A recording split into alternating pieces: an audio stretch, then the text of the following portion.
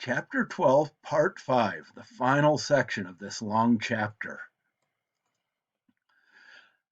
We've been studying subjunctives, and we've looked at être and avoir, which are, of course, irregular. And I've mentioned a few irregulars now, but here we're going to look at them more uh, completely. The main irregular subjunctives are pouvoir, savoir, and faire. Qu'il puisse, which that he may be able to do something. Now, you can't say that he can. Well, that he can. Yeah, you can say that in some situations. Savoir is that he may know or that he knows. Faire, qu'il fasse, that he does. So we've got a lot of S sounds in these irregulars here, pouvoir, savoir, and faire. And it'd be good to be able to recognize these as pouvoir, savoir, and faire. And then there's some verbs with two stems. Aller is qu'il aille, that he goes, and que nous allions, that we go. Venir, we've seen this one a bunch, qu'il vienne, and que nous venions, that he comes and that we come. So these are the main irregular subjunctives, and there's a few others, but these are the main ones to know. Now let's look at the verb mettre, to put or to place. The conjugation is kind of straightforward. We've got an MET stem with the SST ending, except we don't double the T. Je mets, tu mets, il met. So I put, you put, he puts. Nous mettons.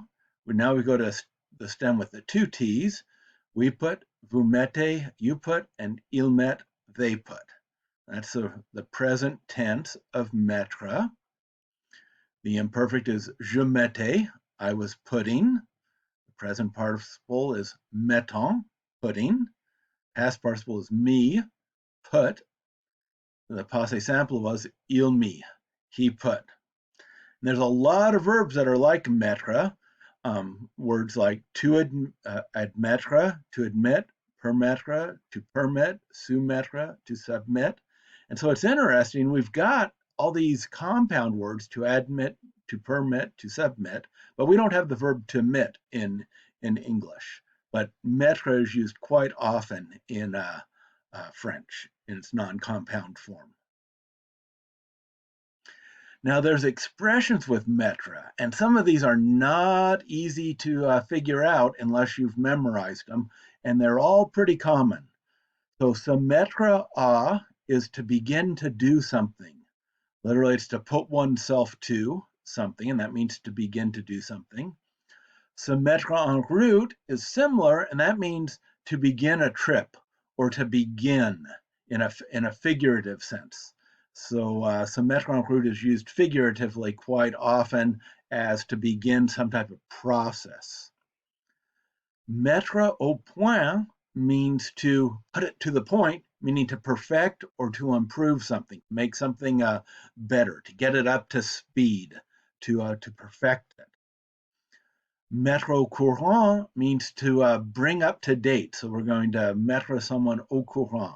I think we've seen the expression être au courant means to be aware of. Mettre au courant means to update somebody or to bring someone up to date. And then mettre is used with time expressions. And we haven't done too many time expressions yet because time expressions tend to be really different in French and English. And fortunately, in philosophical texts, there's not a whole lot of time expressions often. But they may occur, like if you had a passage from a novel or something. Il a mis 3 heures pour faire ses devoirs. So we have this formula, il a mis, which means he took 3 heures, 3 hours, in order to do his homework. So the expression means to take X amount of time to do something. And here we've got X is 3 hours. So he took 3 hours to do his homework, or it took him 3 hours to do his homework. Either one. The second one might sound a little bit more natural in English, but the first one works perfectly well also.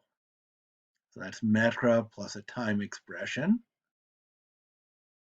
So here's your final exercise, and when you've written a translation for them, you can watch the final video with the translations.